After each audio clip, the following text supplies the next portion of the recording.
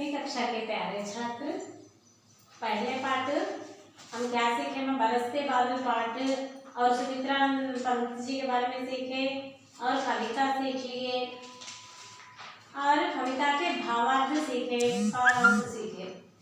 बाद में उसका शब्दार्थ मैं फिर भी एक बार बोलूंगी। आज हम पार्ट 2 दूसरा पार्ट ईदगाह के कवि के बारे में सीखेंगे। आज हम ईदगाह पहले उन्मुखीकरण यानी एक देखो माँ बड़ी गद्य वाली देखो। पथिकों को जलती दोपहर में पेड़ सदा देते हैं छाया, पेड़ सदा देते हैं छाया, खुशबू भरे फूल सब देते हैं हमको 9 फूलों की माला। क्या देते हैं हमें? 9 फूलों की माला। त्यागी तत्वों के जीवन से हम भी तो कुछ देना सीखे। क्या है मैं इसका अर्थ? पथिकों यानी वहाँ पेड़ों के नीचे उधर जाने वाले स्ट्रेंजर्स, उनके धूप क्या होता है माँ? सुख को आराम देते हैं। धूप में भी सुख को आराम देते हैं पेड़, और खुशबू भरे फूल हमें देते हैं पेड़। हम भी तो कुछ सीखे, हम भी पेड़ से सीखना है। क्या सीखना है? क्यों कहा? क्योंकि हम भी परोपकारी, पेड़ से हम भी परोपकार सीखना, दूसरों पर उपकार करने के बारे में सीखो बोलते हैं। कहानी विधा परिचय कराना, कहानी है माँ। ईदगाह एक कहानी है। बरसते बादल कविता है ना, ईदगाह कहानी है।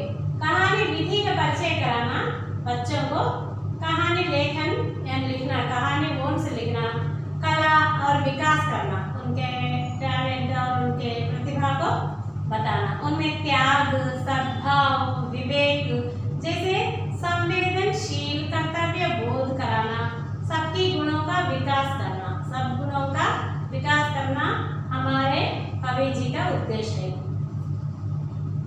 और विधि विशेष मतलब इसमें क्या है? कहानी शब्द कहा धातु के साथ आने कृत प्रत्यय जोड़ने से बना है। कहा प्लस आने, कहानी, कहा प्लस आने, कहानी पाठ है। क्या है माँ? कहा प्लस आने, कहानी है ईदगाह है। और किसी घटना या बात सुंदर ढंग से प्रस्तुत करना, किया जाना ही कहानी है। कहानी का तो क्या है ना? किसी एक घटना को सुंदर ढंग से बोलना, सुंदर ढंग से लिखना, उसे ही कहानी कहते हैं। ऐसा कहानी हम कल सीखेंगे। आज कवि परिचय सीखेंगे। कवि का नाम क्या है माँ? प्रेमचंद। लेखक कौन है? प्रेमचंद जी। कहानी लिखने वाले को लेखक कहते हैं माँ। कविता लिखने वाले को कवि कहते हैं, कहानी लिखने वाले को लेखक कहते हैं। यहाँ लेखक कौन है माँ? प्रेमचंद जी है। प्रेमचंद जी एक गरीब घराने में काशी में पैदा हुए हैं। जब पिक्चर देखो, फोटो देखो इनका। प्रेमचंद जी एक गरीब घराने, पूर फैमिली में काशी में 31 जुलाई को 1880 यानी 1880 को हुआ। इनका जन्म कब हुआ माँ? प्रेमचंद जी गरीब घराने में पैदा हुए हैं। कहाँ पैदा हुए माँ? काशी में। काशी में कब पैदा हुए हैं? जन्म काशी में 31 जुलाई 1880 यानी 1880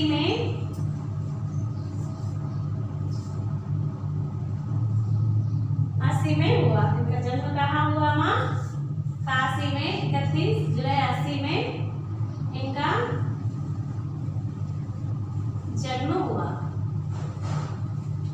याद रख लो बच्चों। लेखक प्रेमचंद जी है। इनका जन्म कब हुआ? 31 जुलाई 1880, 31 जुलाई 1880। कहाँ हुआ? काशी में हुआ। और इनका असली नाम धनपत राय श्रीवास्तव। असली नाम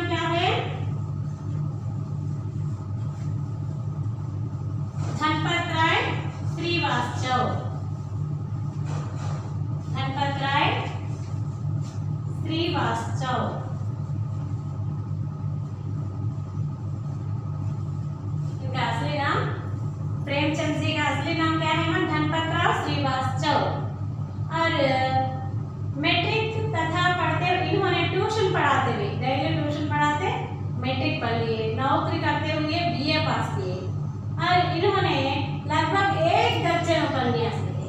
इनके उपन्यास कितने हैं माँ? 1 दर्जन। 1 दर्जन उपन्यास लिखे। कौन? प्रेमचंद जी 1 दर्जन उपन्यास लिखे और कहानियों की 300 कहानियां लिखे। 300 कहानियां। इनका उपन्यास सम्राट भी कहा जाता है। उपन्यास सम्राट भी कहा जाता था, इन्हें कहते थे। और इनकी कहानियां मानस सरोवर से 8 खंडों से संकलित है। इनकी कहानियां क्या है माँ? गोदान, गबन, गोदान, गबन, निर्मला, गोदान, गबन, सेवा सदन, निर्मला, गोदान, गबन, सेवा सदन, निर्मला, कर्मभूमि, रंगभूमि, कर्मभूमि, रंगभूमि आदि इनके रचनाएं हैं। आदि इनके प्रमुख रचना उपन्यास है। इनकी प्रमुख कहानी पंच परमेश्वर। इनकी कहानी क्या है? प्रमुख कहानी पंच परमेश्वर। लिख लो बच्चों।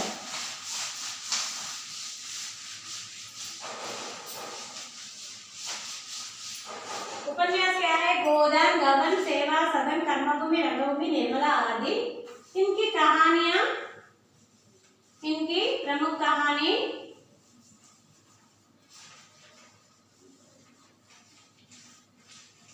पंच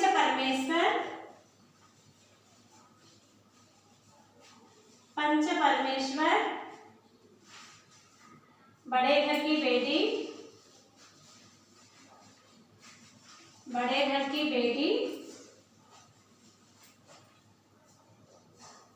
कफन आदि। कफन भी इनका एक कहानी आदि एक्सेट्रा। इनका निधन कब हुआ माँ? 1936 में इनका निधन हुआ। 36 में इनका निधन हुआ। इनका निधन 1936 में हुआ माँ।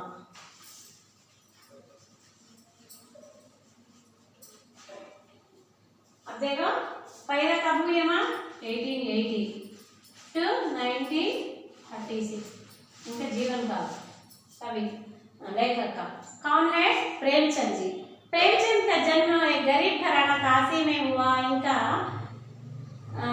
जन्म काशी में 31 जुलाई 1880 में हुआ माँ। इनका असली नाम धनपत राय श्रीवास्तव है और ट्यूशन पढ़ाते हुए मैट्रिक पास किया और नौकरी करते हुए बीए पास किया। इन्हें क्या कहते थे माँ? उपन्यास के बहुत 1 दर्जन उपन्यास लिखे इन्होंने। लगभग नजदीक 1 दर्जन यानी 1 दर्जन उपन्यास लिखे और 300 कहानियां लिखे। शीर्षक 8 खंडों से सभी। गोदान, गबन ये पूरे इनके उपन्यास है। सेवा सदन, निर्मला, कर्मभूमि, रंगभूमि आदि, कायाकल्प, प्रतिज्ञा, मंगलसूत्र आदि इनके प्रमुख उपन्यास है। इनकी प्रमुख कहानियों में से पंच परमेश्वर, बड़े घर की बेटी, कफन आदि प्रमुख है और इनका निधन हुआ है 1936 में हुआ। ठीक है बच्चों, कल परिचय तक का पढ़ लो। कल मैं हमारा ईदगाह पाठ पढ़ाऊंगी। धन्यवाद।